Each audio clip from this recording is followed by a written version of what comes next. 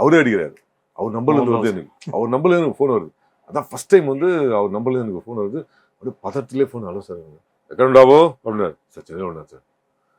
Dates காவாலா இஸ்தாவா date வேணும் இது முடியா சார் எப்போ சொல்லுங்க சார் வரேன் சார். நான் அசோசியேட் மாட்டலாத்தாரு அப்படின்னு சொல்லிட்டு அசோசியேட் கொடுக்குறாரு. அவர் எல்லாத்தையும் மாதிரி கேரக்டர் ஃபுல்லாக நியூசிலாந்து தான் ஷூட்டிங்கு எல்லாத்தையும் சொன்னார். எனக்கு அப்படியே பயங்கர இன்ப அதிர்ச்சியாக இருந்தது. மொதல் டைம் வந்து ஆல்ரெடி எப்படி கபாலி பண்ணும்போது எனக்கு முறையாக ஒரு ஃபாரின் கண்ட்ரி போகிறோன்ற ஒரு சந்தோஷம் இருந்ததோ அதை விட வந்து இப்போ ஒரு டபுள் மடங்கு சந்தோஷம் வந்து நியூசிலாந்து போகிறோம். அதுவும் ஒரு பேன் இண்டியா ஃபிலிமு. இந்த படத்தை பற்றி ஒரு அவுட்லைனாக என்ன கதையெல்லாம் சொல்ல என்ன யாரெல்லாம் அடிக்க போகிறாங்கன்ற மாதிரி ஒரு சொன்னாங்க.